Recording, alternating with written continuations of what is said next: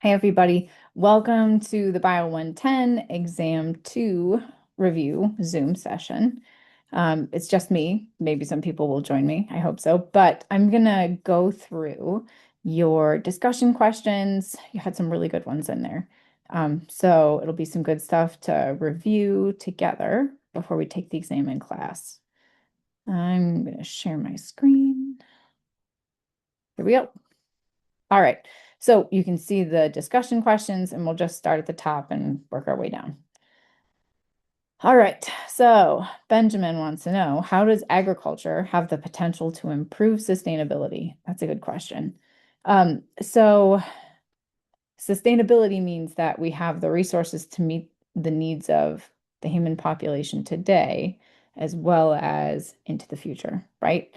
And it's not sustainable if it isn't also environmentally sound, right? Because if we degrade or destroy the natural environment, then Earth won't be able to support or sustain human life into the future. So they go hand in hand. And agriculture is important because, of course, we have to be able to feed the human population, which is kind of what it boils down to. So, if we can improve the sustainability of agriculture itself, it goes a long way towards improving um, the sustainability of our way of life, right? So, some ways we can do that are to reduce energy inputs into agriculture. And we can do that by reducing basically like how much um, how much gas or diesel fuel gets spent working the fields. So for tractors and sprayers and um, tilling, all of those kinds of things, the less we till, the less we spray, the more sustainable our agriculture is, right? Or the lower the energy inputs are. And of course, we have to still be producing enough food to meet the energy needs of people. So that's one way, is to reduce energy inputs. You can also reduce inputs of things like fertilizer. So fertilizer themselves are very costly, and it takes a great amount of energy, usually fossil fuels, to acquire those things, the nitrogen, the phosphate, the potassium that goes into fertilizer. They have to be shipped great distances. And then they have to be applied to the field. So each of those steps uses a great amount of energy. So if we can reduce the need for having to apply fertilizer to fields, that would be another step towards sustainability. And there are a few different ways we can do that we talked about in our alternative agriculture discussion. We talked about using cover crops that are legumes to help convert atmospheric nitrogen into a form that can be used by plants. Um, because there's those symbiotic bacteria that live in root nodules on legumes. They have the ability to help increase nitrogen levels, nitrate levels in the soil. You can also um, increase nutrient levels in your soils without having to add synthetic fertilizers by applying manure, which is a fairly common practice for farms that have it readily available, like dairy farms. Um, so you'd compost the manure, right? You don't put fresh species out on a field, but you'd allow bacteria to break it down over about a year is what's most common, and then that manure can be sprayed onto the fields. And that is a really good source of nitrates especially, but also a lot of micronutrients that would be missing from an NPK, nitrogen, phosphate, potassium kind of standard fertilizer. So there's a bunch of different ways we can improve sustainability with agriculture. Those are just a few, but if we think about reducing inputs into agriculture while still maintaining high outputs, another way to think about it would be having to reduce the applications of pesticides and pesticides and herbicides. So finding ways where we can still get high crop yields without having to apply those chemicals, which often have undesired side effects, right, on the environment. So all good things to think about. All right, next up, Maddie wants to know more detail about eutrophication. So I found a nice website. I'll share the link with you as well, from NOAA. But eutrophication is what happens when too many nutrients, usually nitrates, make their way into standing water. So we see it in Michigan, even though this website talks about it being mostly an issue in estuaries and coastal waters. It is there, but it's also something we see in Michigan, especially in like ponds around farms, where a lot of these fertilizers or manure are kind of building up. And so when it rains, those things get washed off the surface, right, of the soil, and they'll accumulate in standing water, right? If it flows into a river, they'll accumulate somewhere like an estuary where the rivers kind of empty out into coastal waterways. But we see it in standing water in Michigan as well. And so we have this excess of nitrates, and that encourages the growth of algae, usually harmful algae like cyanobacteria. And they'll grow in a real thick, dense mat on the surface of the water. It kind of looks like pea soup or like lime Kool-Aid green. And so there's a lot of photosynthesis happening, a lot of biological activity, but because they make this really thick, dense mat at the surface of the water, they actually block sunlight from accessing the rest of the water column. So everything below the cyanobacteria or the algae at the surface dies, right? Like all the plant life can't persist because they're not getting access to any sunlight.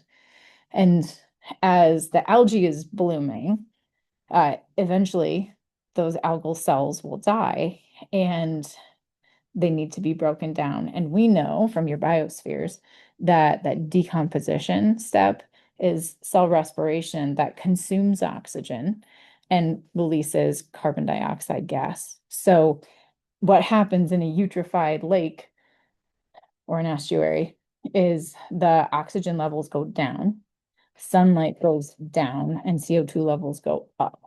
And so that can result in something we'll call a dead zone, where basically the only thing that's growing there is the cyanobacteria at the very surface. And those cyanobacteria can produce neurotoxins, actually microcystin toxins that can be deadly to humans, and wildlife. So it's a problem. This website can take you a little bit more in depth if you want to talk about like what happens with the pH in those places, where it's happening. But yeah, I think this is good. There's also a short video, like a 1-minute video here, if you wanted to go deeper, Maddie. But that was a good question. All right, let's go back. Evan wants to know about what's it take, like what's the most important thing to have a successful hydroponic system? And I think Emily did a really good job with her response. So she said that the most important parts are probably a lighting system and having a proper nutrient solution for the plants. And I think she's dead on. Those are the two most important things. You can get super simple hydroponic systems. My kids got me one for Christmas a few years ago that's like the size of a shoebox. And you can grow 8 little herb plants in it, and it's got a light. But the most important thing is keeping that nutrient solution underneath the plants loaded with the nutrients that they need, right? Because the plants will continue, even if the water levels don't drop, they'll still be pulling those nutrients out. So I think that's important. And then the lighting, of course, is meaningful, especially in a place like Michigan, right? Where like we have sunlight in the winter, but it's so indirect and diffuse that it's tough to get plants to grow with that. Good. All right. Cole was wondering how long we'll be in class.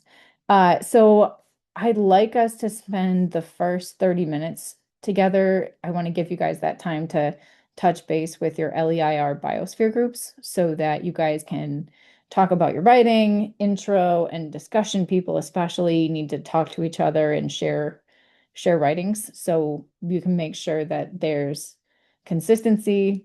Your discussion should tie back into the big ideas that you discuss in the intro, right? So even though there's different primary authors, it should still read as a single cohesive report, right?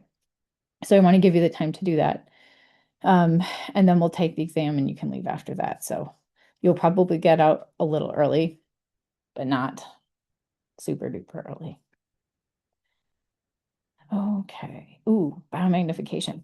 So Nicholas asked this really good question about biomagnification. So which organisms are most affected by biomagnification and why? It does involve toxins building up through the food chain, but he wants to better understand why is it that organisms at a higher trophic level are more impacted. So again, I went looking for a good resource. There's two terms that are used that relate to similar things. So I want to make sure we're all clear on the vocab first. So bioaccumulation and biomagnification are two similar terms.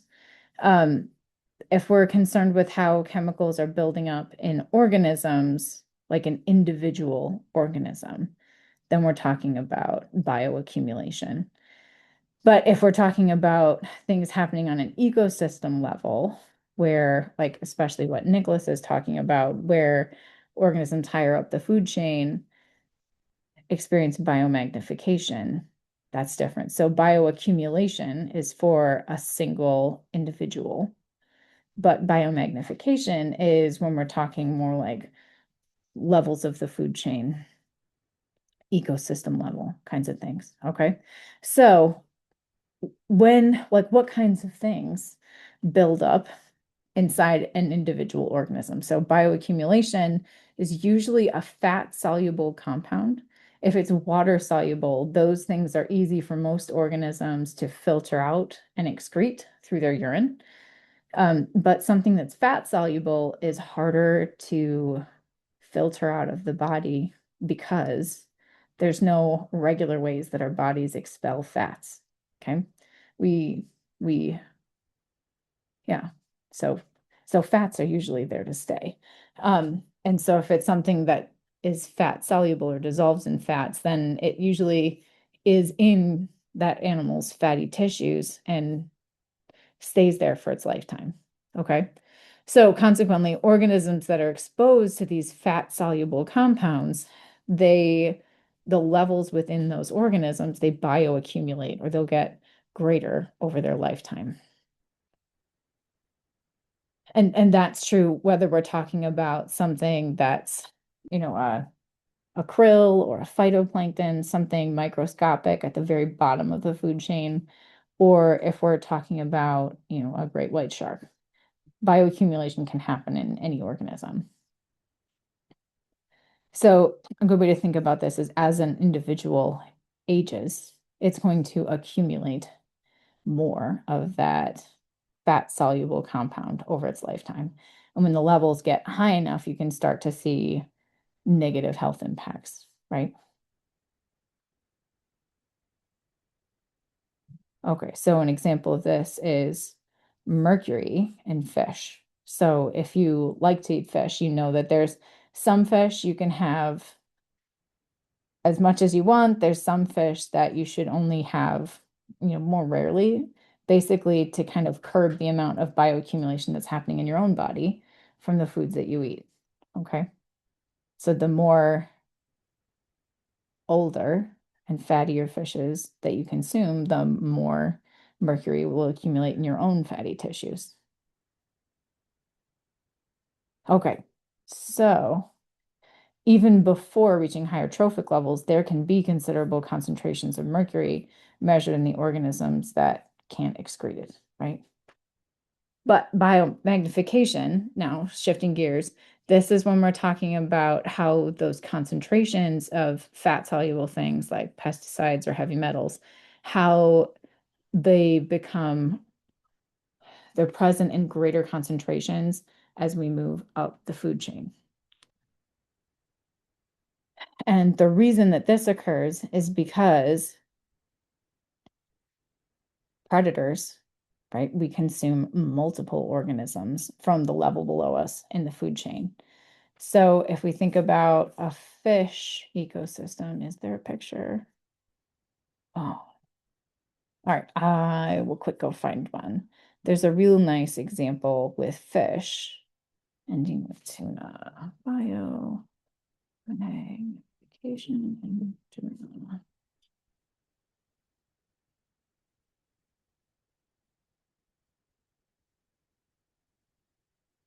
Aha, here we go. Good.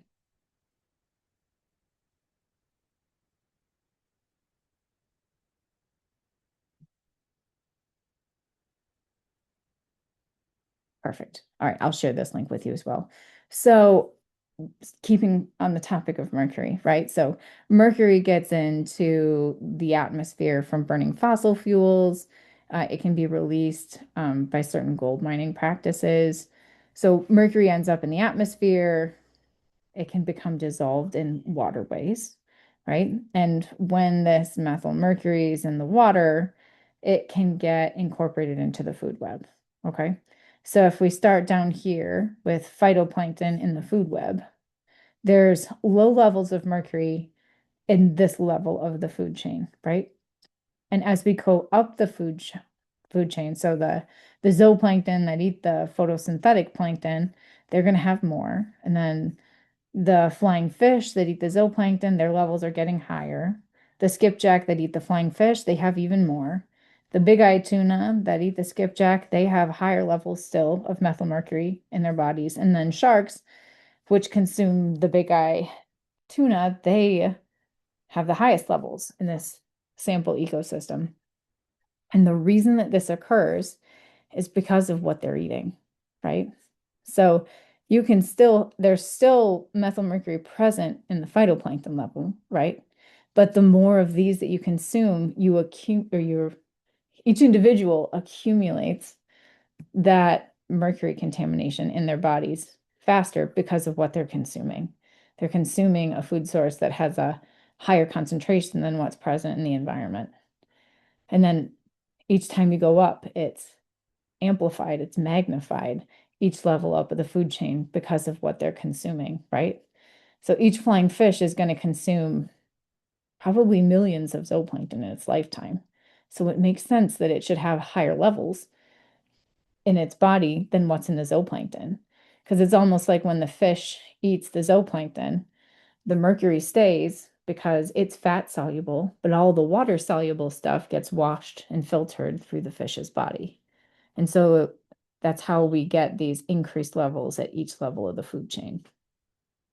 I'll share those resources with you, but that's an important thing to understand. So it's why you have to be careful about what you eat. And the reason we usually talk about this in aquatic systems is because that's where most of the predators that we eat live, are they're aquatic predators. It's rare uh, in like modern American culture to consume a terrestrial predator, right? Like we don't, cows, pigs, chickens, they're omnivores at best. They're not apex predators or high level predators like a tuna fish would be.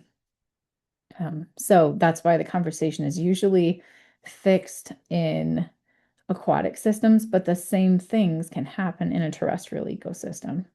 Okay, like if we were to have people as the next box here, right? Our levels would be even higher than the foods that we consume. So there we go. All right. That was the next question. Radiation. So Jacob asked a good question about radiation. How is it that alpha radiation is so strong, but it can be stopped by the skin? And Nick had a great answer. So he says in his astronomy class, they talked about something just like this. So alpha radiation is more damaging. It releases a lot of energy when it makes contact with something, but it can't travel very far into it. the particles are large and they don't penetrate materials well, so even your skin can stop it. I've got another resource here that I'll share with you all from the EPA. It kind of talks about the electromagnetic spectrum. So we have low frequency, non-ionizing radiation, like power lines and radio and TV waves. And then kind of morphing into like the radiation we're most familiar with would be visible light, right? Which is a very narrow band of radiation. Infrared devices, infrared you can kind of think of as being heat. And then UV radiation is kind of coming into this. So UV radiation and kind of like the alpha radiation, it's very powerful. It can be damaging and it can even mutate your DNA, but it can't penetrate very far at all. So that's why we can get skin cancer from UV radiation, but you don't get lung cancer from UV radiation because the UV rays can't reach your lungs. They're stopped at the skin. So it'll break down each of these different types of particles. I won't ask you this level of radiation, but you should understand just very basic overview level of what's happening in a nuclear reaction, which I think is probably where this comes up in our textbook. So beta particles are small and fast moving. They have a negative electrical charge. They're emitted from an atom during radioactive decay.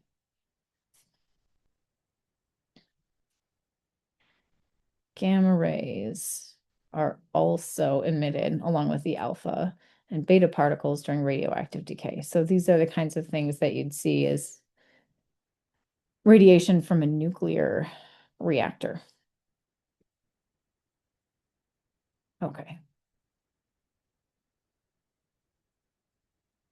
That's not something we'll go super in depth here, but it's awesome to you need to understand like the basics for this class, but it's amazing when you can weave that in and make connections to what you're learning in other classes or what you already know about the world. The more connections you make, it's literally the more neurons are connecting in your brain. You'll remember things better, understand it better, all good things. And then the last thing on here, Emily suggested using the McGraw-Hill Smart Book as a resource to prepare for the exams. And making Quizlets is a great way to study too. But your textbook is an amazing study tool, right? Like in theory, you should be able to pick up a textbook and learn what you need to without really having much direction from a teacher. Of course, that's not the reality of the way most people learn, but our textbook has great content and there's lots of other study tools in there as well, like the smart books. Good. Okay, I'm gonna stop this review now. But if you guys have any more questions, remember I'll be at the Midland Center by 10 a.m. So I'll be there an hour before class if you want to stop by. Or if you have questions, you can always shoot me an email.